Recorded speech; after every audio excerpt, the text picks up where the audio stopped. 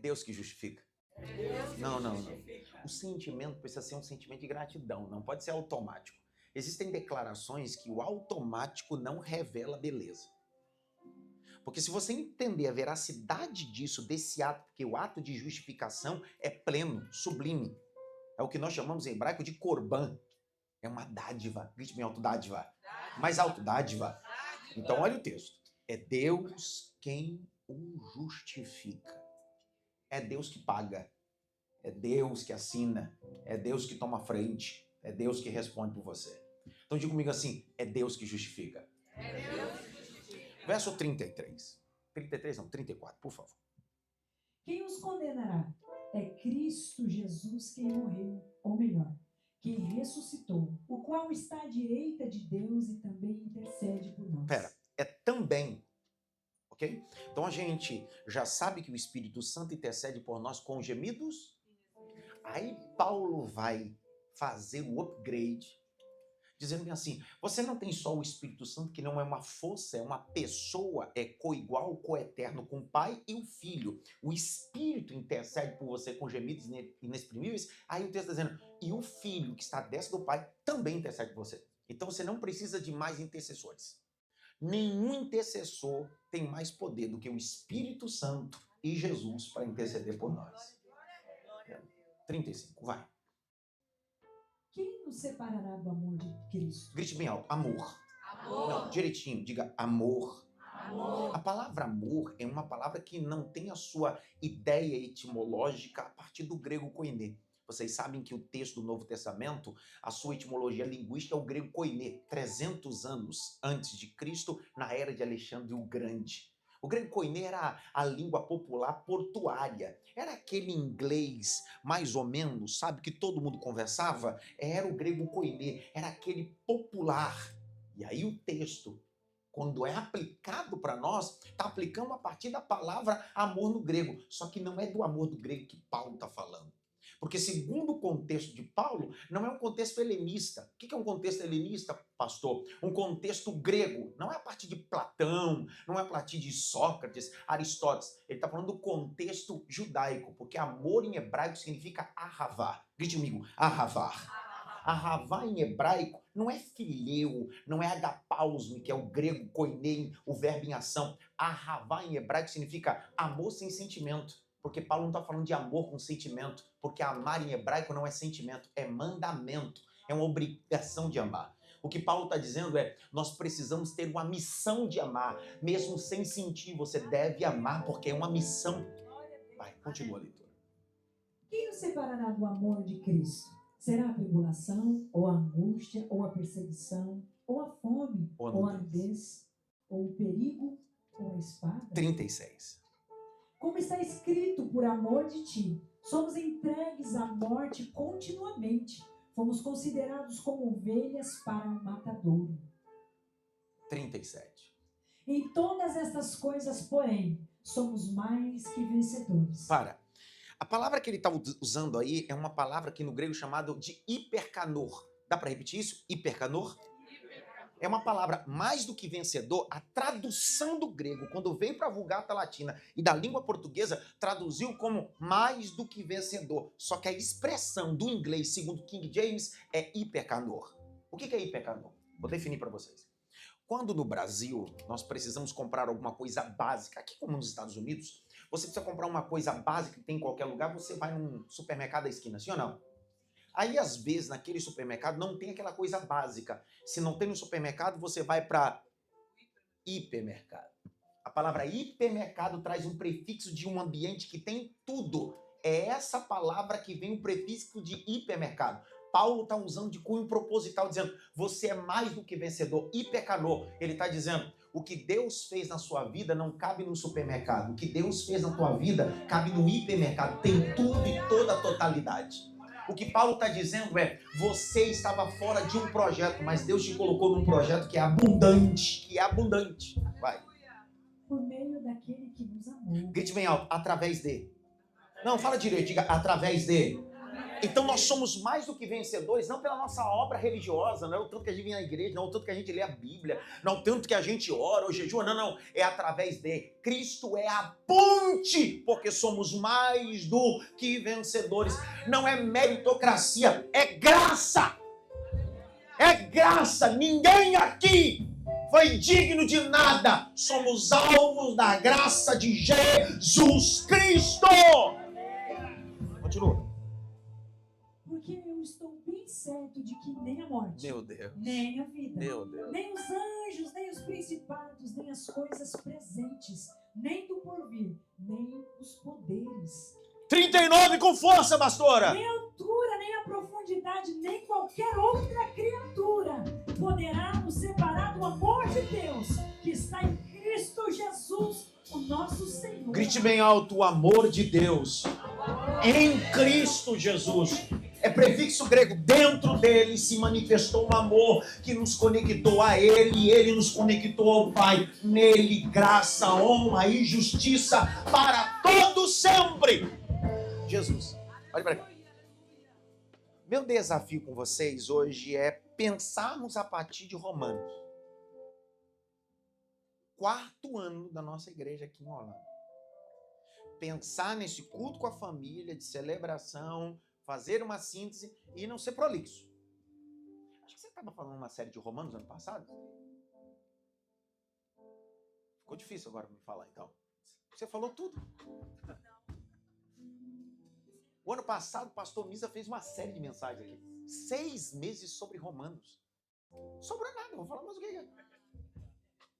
Pessoal, a carta de Paulo aos Romanos é tão sublime, que C.S. Lewis disse um dia que se você quiser falar sobre salvação, você é obrigado a debruçar a carta de Paulo aos Romanos. A carta de Paulo aos Romanos é tão sublime, se o pastor Misa passou o ano de 2024 6 meses fazendo exposição, eu conheci a história de um homem no século XX, chamado Martyn Lloyd-Jones. Todas as sextas-feiras, na abadia de Westminster, das 8 até as 9h45, 13 anos, ininterrupto, fez exposição, versículo por versículo. Dr. Martyn Lloyd-Jones. Pasmem vocês, morreu e não conseguiu concluir, fez exposição só de 13 capítulos. Se ele não conseguiu fazer a exposição, o primeiro milagre que a gente precisa tentar fazer aqui é conseguir fazer uma síntese desse livro em 45, 50 minutos. Não vamos conseguir. Então, a primeira coisa que precisa fazer é sentar, se deleitar o que Deus tem para nós essa noite. O pregador não domina o sermão, é o sermão que domina o pregador. Não é o pregador que pega no colarinho do sermão, é o sermão que pega no colarinho do pregador e diz assim, é sobre isso que eu quero que você fale. O pregador pode ter até a capacidade de organizar o sermão, colocar cabeça, coração e pé, só que é o Espírito Santo que determina o que o pregador deve falar. Por quê? O pregador é uma pena na mão do Deus Todo-Poderoso. Essa carta aos Romanos foi responsável de grandes marcos históricos, a saber, o que nós chamamos da Reforma Protestante.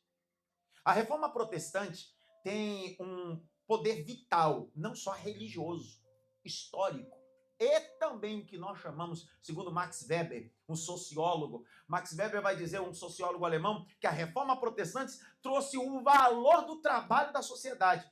Na Reforma Protestante, se entendia que o trabalho estava correlacionado a sacrifício. O trabalho estava correlacionado a petição, sacrifício e pecaminosidade. Só que, de repente, vem a Reforma Protestante, e a Reforma Protestante diz, não. O trabalho traz a honra a Deus, o trabalho glorifica a Deus e o trabalho bendiz aquele que é todo-poderoso. Você sabe que a palavra culto e também trabalho, quando você vem para o culto aqui nos Estados Unidos, como é chamado o culto? Serviço. Como é que chama? Serviço. Sabe quando chama a palavra culto em hebraico? Avodá. Grite bem alto. Avodá. Trabalho. Trabalho. Sabe como é que se chama culto em latim? Latreia. Trabalho. Então a Reforma Protestante vem assim, quando você sai a trabalhar de manhã, você está glorificando o nome do Deus Todo-Poderoso. Por isso que Jesus diz bem assim, ou você adora a Deus ou Mamon. Por quê? Alguns pela manhã saem para adorar o dinheiro, outros outros saem pela manhã para cumprir o propósito em Deus, o seu trabalho, sendo sal da terra e luz do mundo. A reforma protestante foi estopim. Entretanto, foi essa carta que foi responsável disso. Vou chamar vocês para 3 períodos. Primeiro, pré-reformadores. Reformadores e pós-reformadores. Pré-reformadores, reforma protestante, século XII, século XIII, século XIV. Primeiro, pré-reformadores contundente, um inglês chamado John Wycliffe. John Wycliffe foi um homem absurdamente responsável para começar essa reforma protestante. Até porque naquela época a igreja era detentora da Bíblia. E a igreja queria que a Bíblia estivesse privada. Uma vez que a Bíblia estivesse privada, poderia se manipular as pessoas. Toda vez que você congrega em uma igreja saudável, que ela abre a Bíblia, lê a Bíblia, explica a Bíblia, você está numa igreja saudável que está levando você a morar no céu. Naquela época, a igreja e todo o papado dizia bem assim, a Bíblia não tem necessidade, o que vale é a religião. Isso não muda. A partir disso começou a se, o que nós chamamos de monstrificação. Grite-me alto, monstrificação. John Wycliffe diz bem assim, então baseado nisso, nós vamos nos debruçar a Bíblia. E aí ele tem um jargão. A Bíblia, somente a Bíblia e toda a Bíblia. Dá para repetir? Mas vamos lá. Somente a Bíblia e toda... Rapaz, isso começa a acontecer um alvoroço. Ele morre, sepultado. Anos depois, ele é condenado, mesmo morto, como herege. Seu sepulcro é profanado. Seus ossos são queimados. Só que a mensagem que ele carregava continuava viva. E aí Deus levanta um camarada na República Tcheca. O nome dele? John Hus. John Hus continua pregando, dizendo, a Bíblia, somente a Bíblia e toda a Bíblia. John Hus é condenado pela igreja a ser queimado vivo. John Hus é amarrado e a fogueira começa a ser acesa. A história vai dizer que enquanto a chama está pegando no corpo de John Hus, ao invés dele murmurar e reclamar, ele começa a cantar. Ele tinha motivo de reclamar e murmurar, mas agora ele entende que sua missão é concluída. Quanto mais eu prego a palavra, vivo a palavra, exponho a palavra, eu tenho motivo de cantar. A segunda coisa que John Hus faz enquanto está queimando vivo, os historiadores dizem que enquanto ele vai queimando vivo, ele vai cantando e ele libera uma profecia. Ele diz bem assim, hoje vocês estão queimando um ganso, mas daqui 100 anos nascerá um cisne e vocês não poderão mais queimar. 102 anos depois da morte de John Hus, nasce na Alemanha um homem chamado Martinho Lutero. Em 1517, 31 de outubro, para ser preciso, um dia antes, Martinho Lutero, um monge, está debruçado em Romanos 1,17. E isso foi estupir na cabeça dele quando a Bíblia diz assim, o justo viverá pela fé. Martinho Lutero diz, eu não preciso pagar indulgência, eu não preciso que ninguém interceda por mim, eu não preciso de nada disso, eu sei que o sangue de Jesus Cristo tem poder. Ó, na época de Martinho Lutero, e aí eu estou falando de reformador, agora não mais de pré-reformador, Martinho Lutero está inflamado com um pregador da época. Esse pregador foi enviado pelo Papa da época, chamado Leão X. Leão X estava construindo uma das coisas mais suntuosas. Quem nunca visitou, eu estimulo você a visitar a Basílica de São Pedro no Vaticano. A sua construção é maravilhosa. E a minha discussão não é sobre a construção e sobre a arquitetura. É como um molde, como isso foi construído. Na época, o Papa X, Leão X, está levantando recurso. E até aí, levantar recurso está ótimo. O problema é que o recurso começa a ser consumido e começa a se usar subterfúgio. Subterfúgios esses que são utilizados hoje até dentro de algumas igrejas nossas denominacionais. Tenho vontade de falar uma coisa, mas não posso. Antes a gente denunciar fora, a gente precisa corrigir dentro. Antes de falar da deformidade dos outros, a gente precisa corrigir dentro. Porque a gente fica falando do santo dos outros e anda... Posso falar, não? Fica endeusando o azeite, saco de sal, flor ungida. A igreja verdadeira não depende de amuleto. A igreja verdadeira depende da palavra e do sangue de Jesus Cristo. Estão comigo, sim ou não? Dá glória para disfarçar, pelo menos. Leão X envia um pregador. Historicamente, eu já tive a oportunidade de ir algumas vezes no Vaticano e em Roma estudar sobre o conceito. O pregador enviado por Leão X chamava Johann Tetzel. Johann Tetzel saía na cidade com 2 mensagens. Quantas mensagens? Quantas mensagens? ele pregava uma mensagem no centro da cidade dizendo: o inferno existe. E a segunda mensagem ele pregava na basílica principal. Ele dizia assim, ó, o inferno existe. As pessoas iam atrás dele. Ele disse assim, a outra mensagem dele, existe o céu, mas para ir para o céu precisa pagar indulgências. Pior de tudo é que quando você visita um museu em Genebra, quem já teve em Genebra sabe do que eu estou falando, existe parte do sermão de Johann Tetzel escrito no Museu da Bíblia em Genebra, na Suíça. Sabe qual era a mensagem que ele pregava? Era o seguinte: quando a moeda tilintar no fundo do cofre, uma alma saltará do purgatório. A mensagem dele não estava preocupado com a libertação das pessoas. A mensagem dele estava preocupado com a moeda do bolso das pessoas. Não mudou.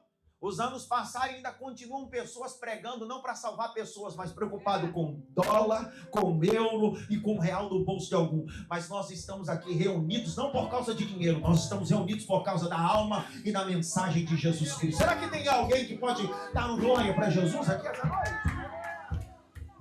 Martim Lutero disse, peraí. Eu não preciso pagar indulgência para ir para o céu. Eu não preciso comprar pedacinho do céu. Não preciso nada disso. Ele debruça-se sobre Romanos 1,17 e lê, o justo viverá pela... Ele diz, não. Ele faz 95 teses. As teses são respostas apologéticas. Ele crava essas 95 teses na porta do castelo de Gutenberg. 1517. 31 de outubro. 31 de outubro se comemora alguma coisa aqui nos Estados Unidos? A igreja analfabeta de Bíblia, ao invés de comemorar a reforma protestante, comemora Halloween ou faz adaptações. Tenho vontade de falar alguma coisa, mas não posso. Uma igreja sadia não sai da Bíblia. A Bíblia continua sendo a maior cultura da sociedade. Levante a mão direita assim, bem alto, bem alto assim. Nós somos a geração da palavra de Deus. Bate pelo menos em 3, uma palavra de Deus está sobre você. A palavra de Deus está sobre você. Palavra. Martim Lutero começa a traduzir o texto a partir do texto para que o texto pudesse ter acesso às pessoas. Quando você visita o Museu de Genebra, existe uma Bíblia acorrentada no altar. Uma Bíblia acorrentada onde? Por quê? Porque a igreja queria ser detentora da palavra, e a palavra não pertence à igreja católica, nem à Assembleia de Deus, nem à presbiteriana, nem à Shekinah. A palavra de Deus pertence àquele que tiver sedento da sua palavra. Não. Aí, Martim Lutero começa a propagar, e tudo isso por causa da carta aos Romanos. A carta aos Romanos, um dos mais brilhantes teólogo chamado A.W. Tozer, vai dizer bem assim, ei, quando você quiser saber sobre salvação e Salvador, leia sobre. Por quê? São 16 capítulos. É a carta que mais fala sobre Salvador e salvação. Sóter no grego e sotéria. Toda vez que Paulo vai apresentar salvação, ele tem um cuidado de apresentar primeiro Sóter, o Salvador. Porque ele está dizendo, não existe salvação sem o Salvador. Porque está em gente falando sobre salvação e você não sabe de quem e para onde. Paulo está dizendo, não. Só existe salvação porque existe um Salvador. E esse Salvador morreu e ressuscitou ao terceiro dia, Jesus Cristo.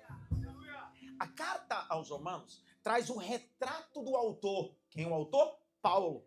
E Paulo é o autor de 13 cartas. Quantas cartas? Não, bonitinho. Quantas cartas? No Novo Testamento ele é autor de 13 cartas. E há um detalhe. É o mesmo Saulo que no começo da sua história, no capítulo 7, era um jovem que quando as roupas eram colocadas aos pés, naquele dia enquanto Estevão estava sendo apedrejado, era só um jovem. Só que no capítulo de número 9, ele já não é mais um jovem. No capítulo 7 de Atos dos Apóstolos, ele é um jovem no primeiro mártir da igreja. Estevão, no capítulo 9, ele já é um homem zeloso. Olha a biografia de Paulo, o currículo de Paulo. Segundo Filipenses capítulo 3, disse que ele era da tribo de Benjamim, circuncidado ao 8º dia, fariseu de fariseu, criado aos pés de Gamaliel.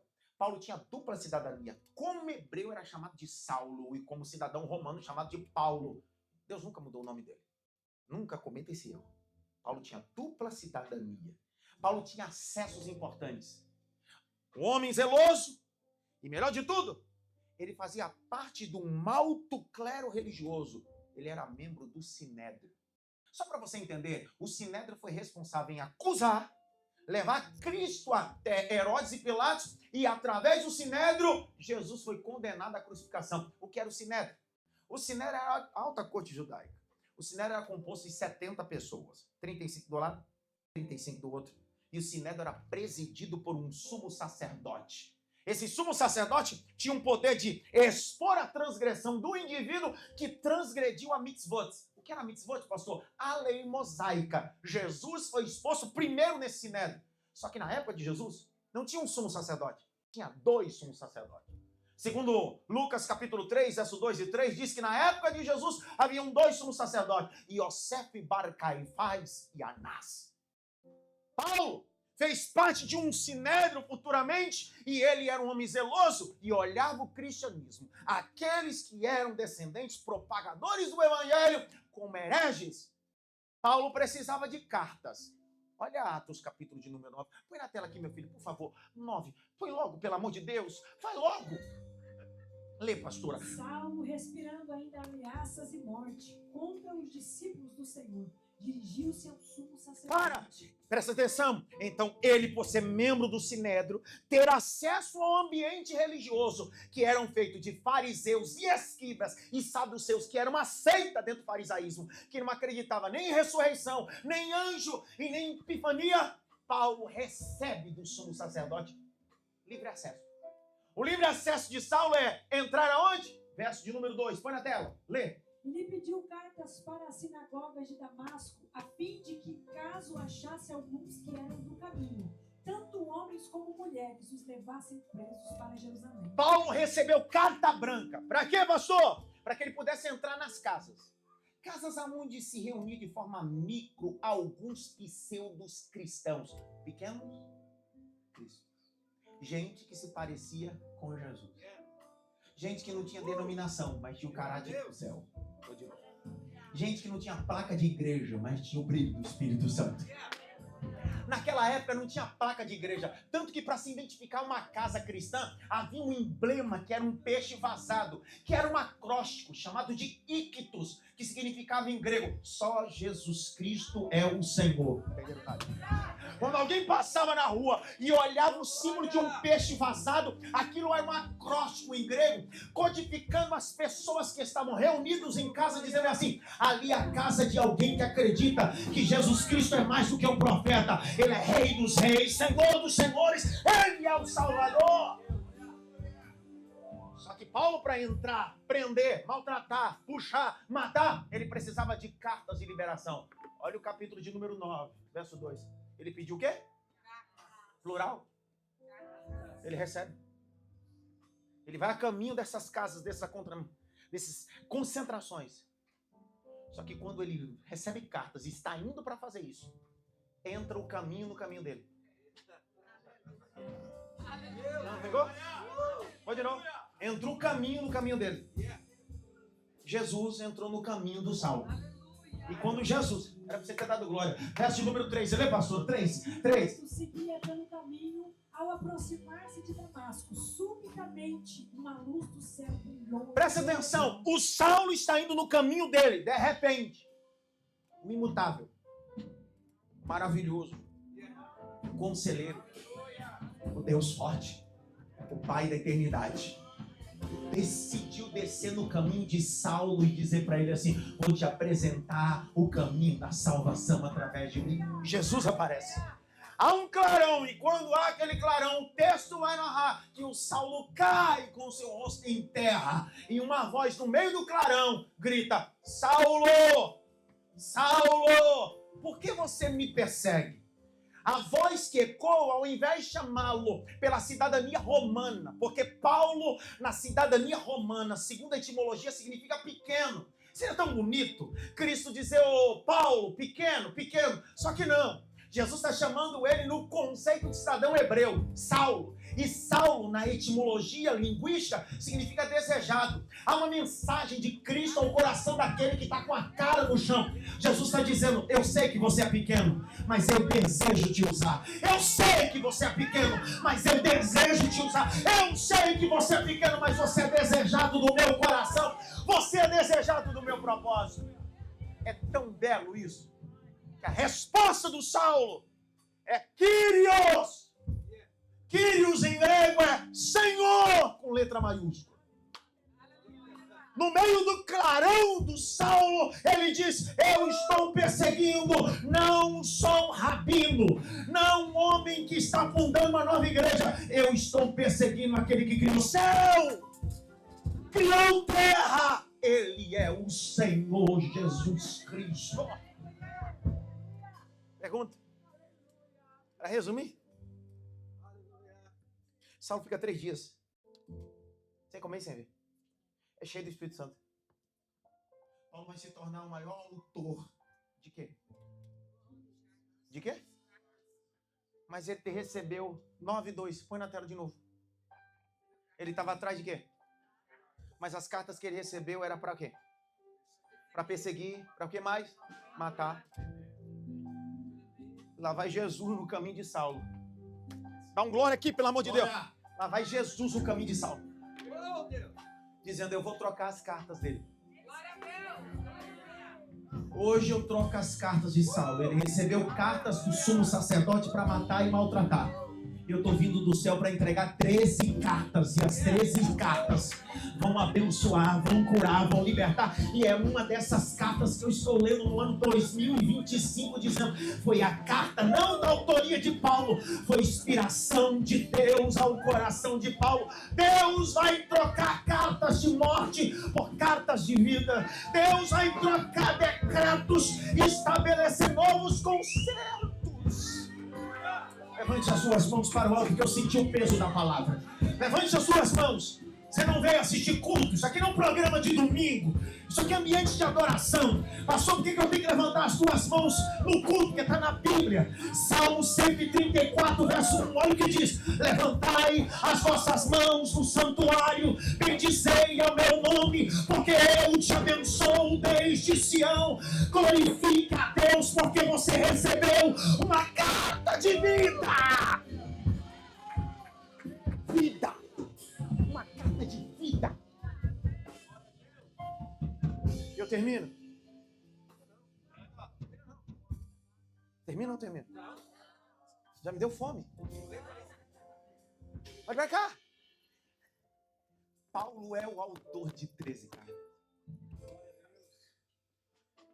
Tinha carta de morte, Jesus trocou por carta de vida. Tudo porque Jesus entrou no caminho dele.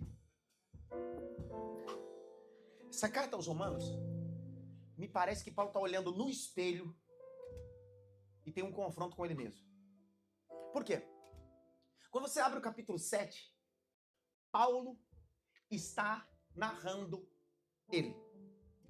Ele diz assim: o bem que eu quero fazer, isso eu não faço. Mas o mal que eu não quero, eu acabo fazendo. Todos os estudiosos vão dizer que o que Paulo está mostrando é sua fragilidade. Porque o papel da carta aos Romanos não é apresentar um cristão forte, mas apresentar um cristão dependente. Então, quando você lê Romanos, você vai ter um retrato de um homem de carne e osso. Um homem que tenta fazer o bem, mas faz o mal. Ele está dizendo: eu quero acertar, mas acabo errando. Aí, capítulo 7, verso de número 24 de Romanos. Enquanto eu vou falando o texto, você vai pôr na tela comigo. Romanos 7, 24. Paulo vai dizer bem assim, ó: miserável homem que sou! Quem me livrará do corpo dessa? Vamos lá. Paulo está escrevendo aos irmãos que estão aonde? Fala comigo. Qual local? Essa carta está indo para onde? Para onde, pessoal? Paulo não fundou a igreja de Roma. É possível que os irmãos em Roma tenham começado um culto a partir do dia de Pentecostes. Atos capítulo de número 2, no dia de Pentecostes, quando 120 foram cheios, havia um grupo de romanos lá. Pode ler o texto. Paulo não fundou a igreja de Roma, mas Paulo está enviando uma carta aos irmãos de Roma. E Paulo vai se consubstanciar em uma lei romana. Quem é jurista que sabe, o berço do jurismo é Marco Túlio. O contexto judiciário é Marco Túlio. O contexto do direito, Marco Túlio. Agora olhe para cá. Quando Paulo está enviando essa carta, Paulo está preocupado em falar a linguagem que os irmãos em Roma vão entender. E Paulo, para se consubstanciar, ele faz um link no contexto de Marco Túlio do que acontecia lá em Roma. Paulo era um brincalhão. Esse cara era espetacular. Paulo está usando o verso 24. Miserável homem que sou, quem me livrará do corpo dessa morte. Esse versículo, para nós, que não está dentro da nossa cultura, parece ser isolado. Mas para os romanos, quando leem, eles sabem do que Paulo está falando. Próxima vez que eu vim aqui, eu vou explicar só esse verso 24 para vocês. Fala agora ou não? Fala ou não fala? Havia uma condenação romana. Sabe qual era? Quando um assassino matava alguém, ele era levado à sua condenação. Alguns deles eram decapitados. Só que havia uma lei. A lei era o seguinte. Às vezes o indivíduo, ao invés de ser decapitado, ele era condenado à punição pública. Que punição era essa, exceto a decapitação? A punição pública era utilizar o erro daquele indivíduo como acerto à sociedade. Condição civil. E qual era? O indivíduo que era condenado porque matou alguém, o corpo da vítima ou era amarrado no seu corpo ou amarrado no seu pé. E durante 7 dias ele tinha que andar pelos 14 bairros importantes que já existia na antiga Roma na época de Paulo. E ele tinha que arrastar o corpo ou andar com o corpo amarrado aqui, até o momento que o corpo entrava no 3º nível, que é o estado de putrefação. O estado de putrefação, o corpo começava a se decompor e o gás que sai do estômago, que serve para dissolver, o suco gástrico, serve para dissolver a comida, vai comer o indivíduo. E comendo o indivíduo, começava a comer quem? O indivíduo que havia matado.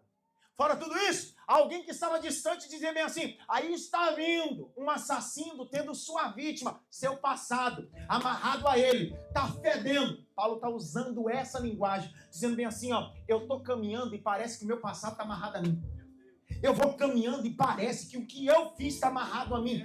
Paulo está dizendo bem assim, parece que eu vou caminhando e as coisas vão caminhando comigo. 7:24. Aí Paulo vai dar um brilho à carta aos Romanos, porque o que é a carta aos Romanos? Capítulo 8, verso 1 a seguir. Põe na tela, por favor. Aí Paulo vai dizer, agora, pois, já não existe nenhuma condenação para os que estão em Cristo Jesus. Verso 2. Porque a lei do Espírito da vida em Cristo Jesus me livrou, você da lei do pecado e da morte. O que Paulo está dizendo é, antes de Cristo, o meu pecado estava acorrentado a mim. Eu andava na sociedade e as pessoas diziam, eu sei o que você fez no verão passado. Eu sei o que você fez no ano passado. Eu sei o que você fez há 10 anos. Aí Paulo termina o capítulo 7, começa o capítulo 8 e diz assim, porquanto agora nenhuma condenação há, não tem mais nenhum passado, porque Jesus Cristo me perdoou. A carta aos Romanos é a beleza da graça. É a beleza do perdão. Por que eu estou dizendo tudo isso? Olha o capítulo 8. Olha o verso 31.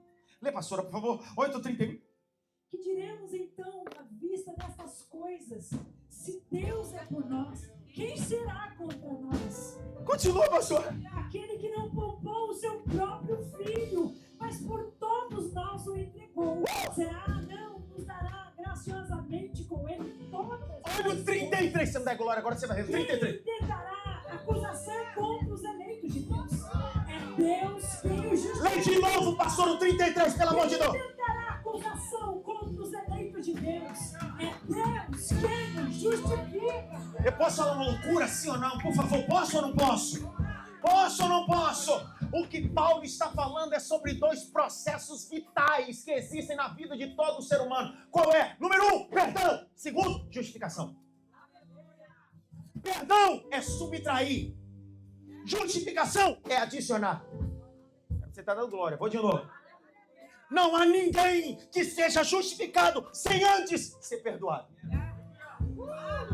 Não há ninguém sem antes ser justificado. Primeiro tem que gozar do perdão. E perdão é subtrair. Justificação é adicionar. Posso te dar um exemplo básico, sim ou não? Quando eu sou perdoado, a roupa suja é tirada. Quando eu sou justificado, uma roupa limpa é colocada. Eu vou de novo. Quando Paulo está dizendo, quem é apresentará acusações contra os escolhidos de Deus. Se é Deus quem o justifica. O que Paulo está dizendo é que antes de eu receber roupa nova, foi me tirada a roupa suja. Jesus me perdoou. Aonde abundou o pecado? Superabundou a graça. Ou de novo, aonde abundou o pecado? Superabundou a graça. Eu volto aqui, mas eu preciso abrir um parênteses e te relembrar. Sabe o Martim Lutero? O reformador? No final da sua vida, cunho biográfico. Ele está deitado numa cama. O diabo se apresenta a Martim Lutero. E se apresentando a Martim Lutero, diz bem assim: eu vim aqui para te dizer todos os pecados que você cometeu ao longo da tua vida. Você está achando que você vai para o céu? Você vai para o inferno. Cunho biográfico, Martim Lutero disse: vim aqui com todos os seus pecados que eu registrei. O diabo começa a falar: pecado, pecado. Pecado, pecado. Pecado, pecado. Martim Lutero deitado, debilitado, à beira da morte. O diabo terminou de falar todos os pecados de Martim Lutero, que eram verdade. Martim Lutero disse assim: só que você se esqueceu de uma coisa. O diabo disse: não esqueci nada, todos os seus pecados estão aqui escritos. Não, você só esqueceu de escrever uma coisa: que o sangue de Jesus me purificou de todos os meus pecados. O que Martim Lutero estava dizendo é concordando com Paulo em Romanos 8,33. Só é justificado quem é perdoado. Perdão? Subtrair uma roupa suja. Justificação? Um guarda-roupa que vem com a roupa novinha. Não entenderam não, né? Vou falar de novo. Vou contar uma parábola para ver se você dá glória a Deus e entende agora. Quando Jesus propõe a terceira parte da parábola do filho pródigo, ele está propondo o princípio do perdão, que é subtração, e justificação, que é adição. Porque a Bíblia vai dizer que o filho pródigo voltou do chiqueiro. E quem está no chiqueiro tem cheiro de porco. Quem trabalha no chiqueiro, a roupa está suja. E por isso que o texto vai dizer que o pai saiu da estrutura que era a casa. Saiu sem pão na mão, saiu sem nada na mão. Foi ao encontro do filho, abraçou e disse: quem estava perdido foi achado. Quem estava morto foi ressuscitado. O pai dá um grito, e quando o pai dá um grito, o pai grita: ei, ele está perdoado. Porque o perdão é subtrair. Aí o texto, não é glória, agora você vai ver. Aí o pai dá um grito para a estrutura e grita bem assim: já que ele está perdoado, agora ele está justificado. E como é que justifica? Traz a roupa nova, traz sandália, traz anel e prepara a festa, porque foi perdoado e também será justificado. Sabe qual é a raiva do diabo? É que você entendeu o processo do perdão e da justificação. Você descobriu que isso não é papel de uma denominação, de um líder religioso. Não é o tanto que você ora, nem o tanto de vela que você acende. Não, tanto de dízimo que você dá. Isso é um processo que Cristo fez. E ninguém pode fazer isso. Perdoar e te justificar. Pastor Raquel vai ler um texto. Se você entender, dá glória. Se não entender, dá glória também para disfarçar, pelo amor de Deus. Zacarias capítulo 3, verso 1. Põe na tela. Do verso 1 ao verso 3. Olha o que acontece. O ato de perdão, subtrair, e justificação, adicionar. 3, de 1 a 3. Vai, pastor. Deus me mostrou o sumo sacerdote Josué, que estava diante do anjo do Senhor. Mostrou também Satanás, que estava à direita de Josué, para o acusar. Fazendo o quê? Qual é o papel do Satanás? Ele é acusador. Eu sei que tem o diabo e tem os seus secretários. Vai. 2. Mas o Senhor disse a Satanás, que o Senhor o repreenda. Satanás, sim, que o Senhor, que escolheu Jerusalém, o repreenda. Não é este o toco de lenha tirado do fogo? 3, para dar glória agora com força. Ora, Josué estava diante do anjo, vestido com roupa suja. Continua. O anjo tomou a palavra e disse aos que estavam diante dele: tirem as roupas sujas que está usando. E a Josué ele disse: eis que tirei de você e a sua iniquidade, e agora o vestirei com roupa. Justificação. O O evangelho tem o poder de tirar toda a roupa suja e também tem o poder de nos colocar roupa limpa. Isso não é mérito nosso, é graça em Jesus Cristo. Cristo. Minha vontade de falar uma coisa, mas eu não posso, cara. Diz bem alto, perdão. Não, direito, diga perdão. Justificação. Mais alto, perdão. Justificação. Ei, se você entende que foi perdoado, você entende que foi justificado.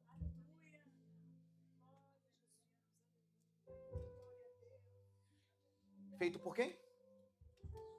Por quem?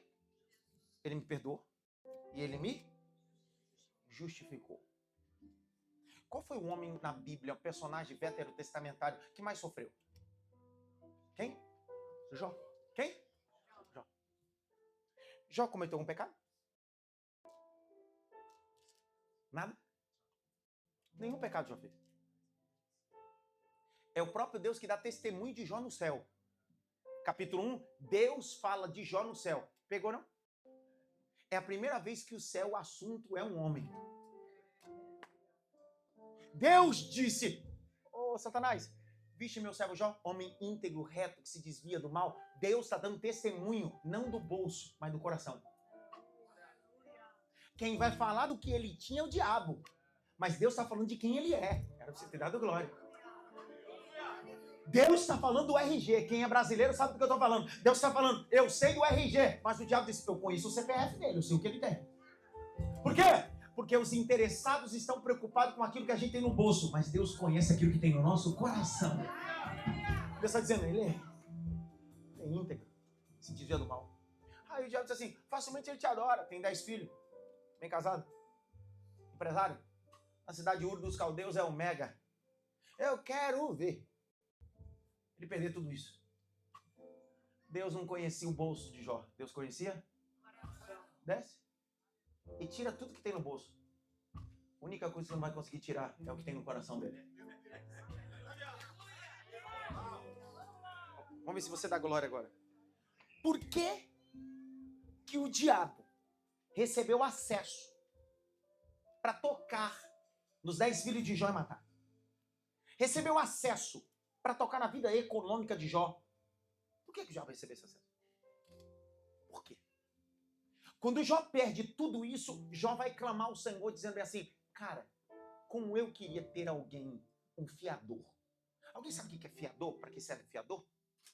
Fiador? Para que serve fiador? Doutor, garantiu o quê? Se eu alugo alguma coisa, eu compro alguma coisa, o senhor é meu fiador, o senhor tem que colocar uma garantia. O seu bem vira garantia, que se eu não pagar, quem vai executar é o seu bem, e o senhor é responsável da minha dívida. Você sabia que de Gênesis a Malaquias, o fiador, que era Jesus, estava escondido? Eu vi o meu Deus ali, mas também foi único. Jó capítulo 17, põe na tela, meu filho, verso de número 1 a seguir. Lê, pastora, vai. 17, 1 a seguir. Vai.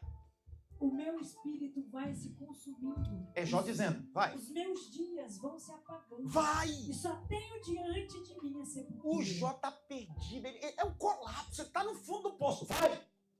Estou cercado de zombadores e os meus olhos são obrigados a contemplar as suas provocações. Dá-me, ó Deus, um penhor. E se o meu fiador diante de ti, quem mais haverá que possa se comprometer? Estão comigo, sim ou não? Sim ou não? Então Jó tá aqui. E Jó tá orando e tá dizendo, rapaz, se eu tivesse um fiador, que tivesse um penhor, eu queria ver se Satanás tocaria em tudo isso. Parafraseando, o diabo só toca porque Jó não tinha um fiador. Por isso que tem uma adágio popular que diz assim, tenha paciência de Jó. Eu não tenho paciência de Jó. Não tenho. Só que Jó não tem o que eu tenho. Eu não tenho a paciência de Jó. Sou imperativo. Queria ter a paciência. Não tenho. Só que Jó não tem o que eu tenho. Jó não tinha fiador. Eu tenho um fiador. Vou de novo. Já não tenho o que eu tenho. Por isso que o Satanás não pode tocar naquilo que é meu. Por quê? Porque eu tenho um fiador que morreu e ressuscitou ao terceiro dia. Jesus Cristo. Irmão, Hebreus 7:22. Põe na tela e lê com força, pastora. 7:22. Hebreus. Lê, pastora, lê. Por isso mesmo, Jesus se tornou fiador superior à aliança. Não lê de novo, pelo amor de Deus. Por isso mesmo, Jesus se tornou fiador de superior aliança. Lê de novo, pelo amor de Por Deus. isso mesmo, Jesus se tornou fiador de superior aliança. Pastor Glauber, é mais ou menos assim. Quando o diabo, como acusador, com Paulo diz: quem é que pode acusar os escolhidos de Deus? É quando o diabo vem e diz assim: o senhor não pode fazer, o senhor tem que realizar. Diabo querendo consultar Deus, entra na frente, parafraseando. Jesus entra na frente e diz assim: não pode tocar, porque eu sou o fiador. Não pode tocar, eu sou o fiador. Eu tenho um penhor, eu paguei um alto preço.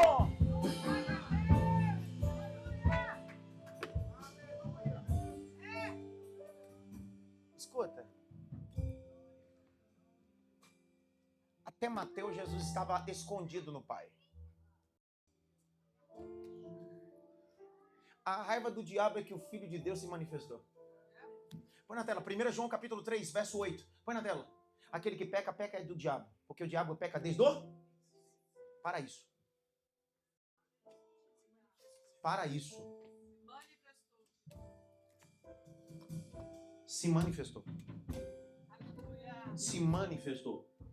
O Filho de Deus não foi criado. Ele é criador. Ele só estava oculto no Pai e se manifestou para desfazer toda obra do diabo. Vou de novo. Para desfazer toda obra do diabo. O diabo acusou Jó na nova aliança. Aquele que está em Cristo Jesus, nenhuma condenação há para aqueles que estão em Cristo Jesus. Por quê? Primeira Epístola de João, capítulo 2, verso 1. Lê, pastora Raquel. 2:1. 1 João 2:1. Vai! Meus filhinhos, escrevo-lhes estas coisas para que vocês não pequem. Mas se alguém pecar, temos um advogado junto ao Pai, Jesus Cristo justo. Escuta! Qual é a raiva do diabo? E aí eu estou conectando todos os textos de forma ordeira, coerente, para você entender. Quando Paulo está dizendo: quem tentará acusação contra os escolhidos de Deus? Se é Deus quem o justifica, através de quem? Daquele que me perdoou. Daquele que me justificou. Daquele que é um fiador. E daquele que é meu advogado. Escuta. Eu preciso encerrar e concluir vocês e pensando uma coisa. Segundo o berço do direito, hoje em dia, o advogado, quando pega uma causa e ele perde a causa, na verdade, o contexto é: quem perdeu a causa foi só o seu cliente, porque teve as custas do cliente. Porque mesmo perdendo, ele vai ter que pagar as... Você sabia que no berço do direito, um advogado, quando pegava uma causa, e se o seu cliente fosse condenado à morte, ele era morto junto? É. Quando o João está dizendo que ele é nosso advogado, não pegaram, não. Ele está usando esse contexto histórico romano. Ele está dizendo assim: ele pegou a minha causa e correu a risco de vida no meu lugar. Ele é o Senhor de tudo. Termino dizendo: quem escreveu essa carta aos Romanos? Quem? Eu termino em 5 minutos dizendo 4 anos dessa igreja. Essa igreja tem pelo menos 4 tipos de pessoas aqui que vai refletir essa carta. Paulo não escreveu essa carta. Paulo nunca pegou uma pena para escrever uma letra dessa carta. Nunca escreveu. Como não, pastor? Romanos capítulo 1, verso 1. Põe na tela. Romanos 1, Quem é o autor da carta? Esse é o cabeçalho da carta. Quem é o autor? Não, olha lá. Primeira palavra que está lá na carta. O autor da carta é Paulo. A minha pergunta foi sobre quem é o autor. A minha pergunta é quem escreveu essa carta. O Paulo é o autor. Paulo é o autor dessa carta. Mas Paulo nunca pegou uma pena com um tinteiro e um pergaminho ou um papiro para escrever. Paulo é o autor. Mas tem um secretário transcrevendo tudo que Paulo está falando. É um transcrevente, é um secretário. Paulo vai dizer em Gálatas e Tessalônica, em Coríntios, que o retrato da afirmação de suas cartas era ele assinar. Só que nessa carta, Paulo vai manifestar uma coisa que ele nunca havia manifestado nas 13. Que algumas delas, Paulo só assinava. Nessa aqui, Paulo nem escreveu. Como assim? Abre comigo Romanos 16, 22. Põe na tela. 16, 22. Eu, Tércio, que escrevi esta carta, mando saudações do Senhor. Quem é o autor da carta? Não, autor da carta. Quem transcreveu o que Paulo está falando? Olha para cá. Paulo tinha poder intelectual absurdamente para escrever essa carta. 16 capítulos, sim ou não? E por que não fez?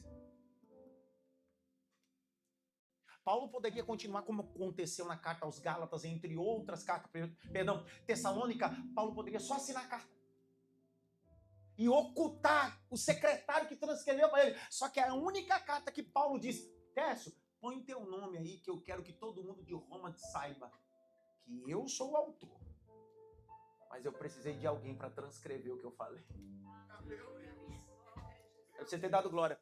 O que Paulo está mostrando é o seguinte: o retrato de uma igreja não é feita só de Paulo.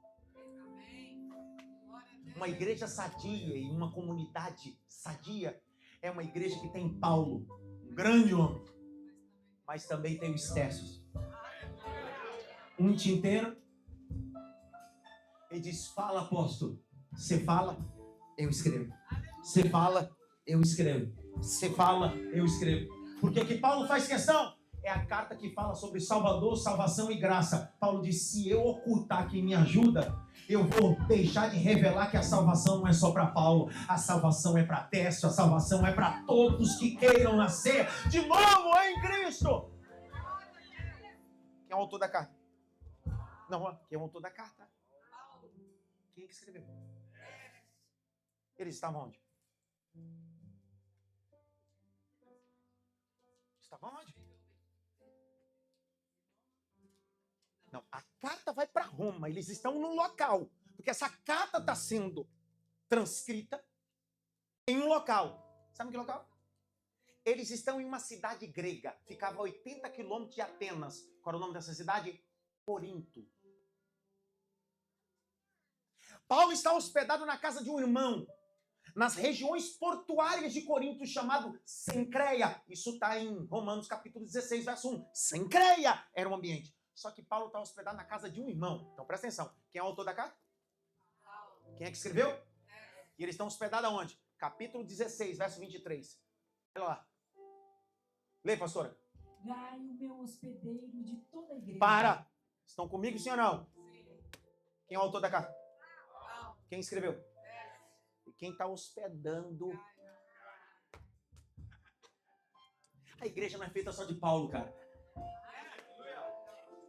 Você acha que todo mundo nasceu para tocar? Todo mundo nasceu para pregar? Todo mundo nasceu... Não. Não existe menos importante ou mais importante. Deus está dizendo, onde tem um Paulo, tem espaço para um Tércio, mas tem espaço para um Gaio. E em tudo nisso, meu nome é glorificado.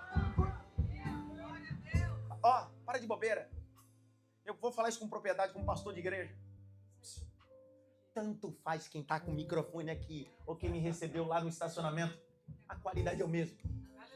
Tem alguma fisioterapeuta fora? A Lídia fisioterapeuta.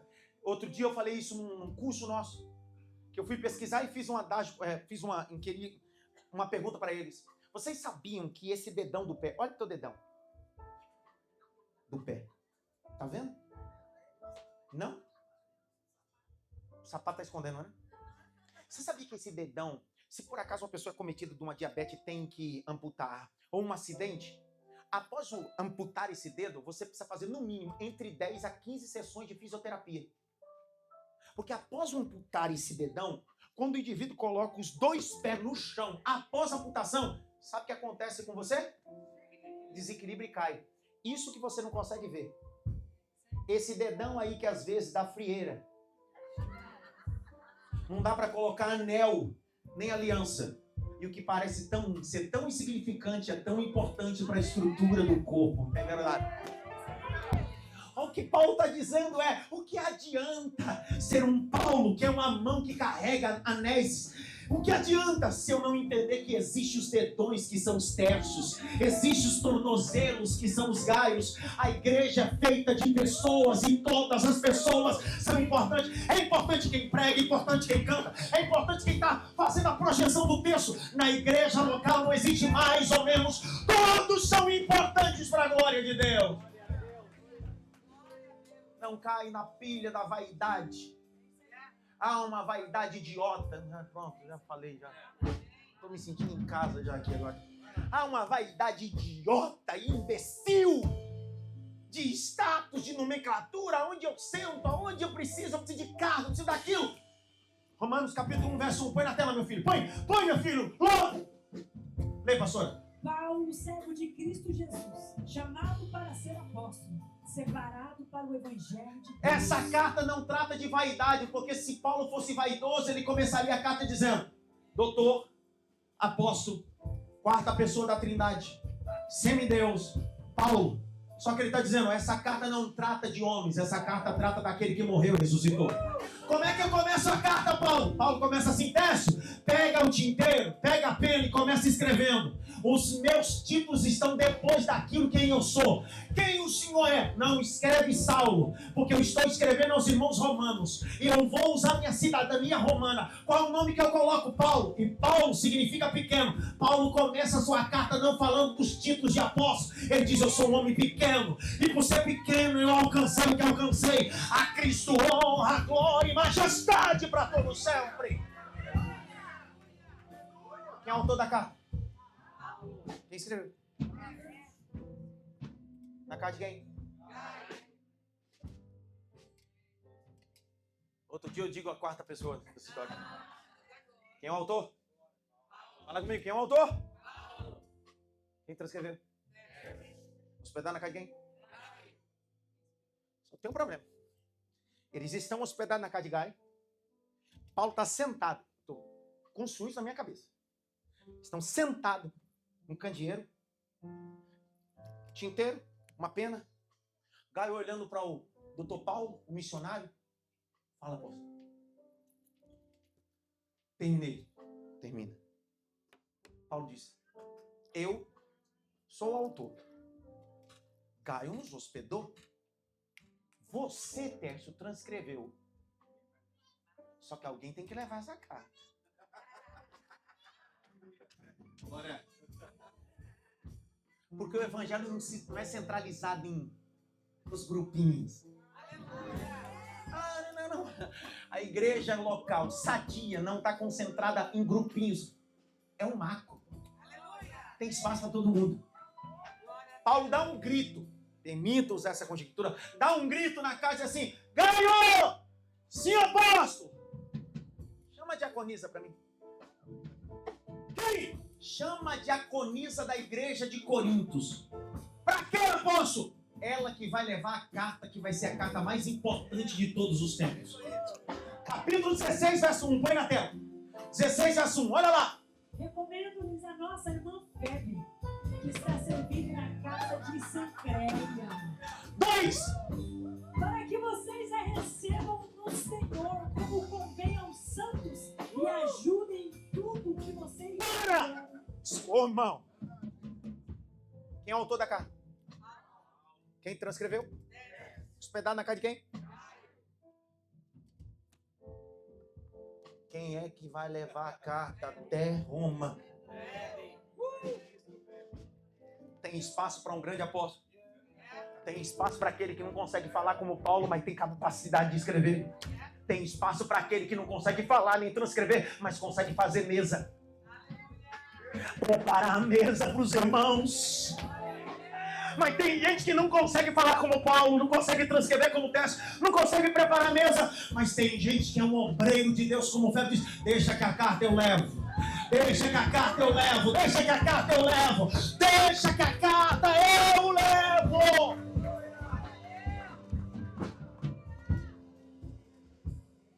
Chega a Febe em Roma.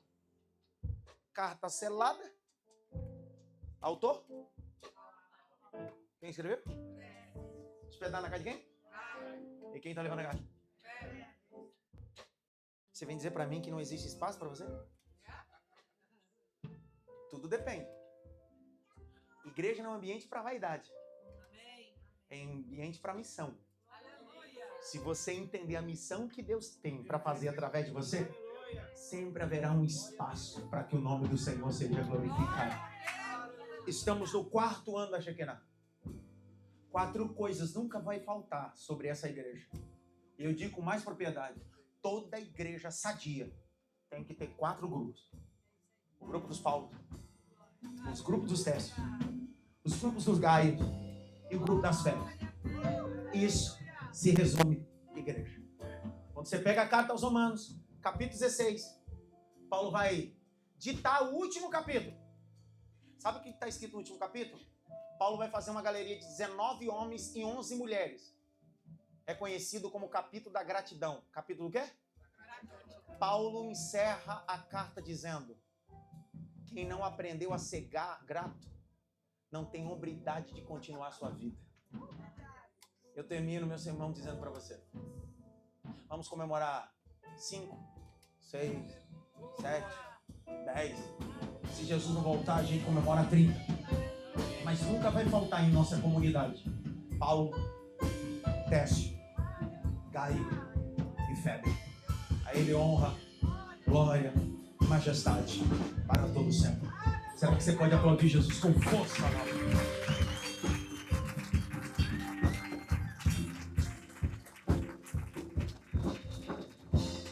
Fique em pé.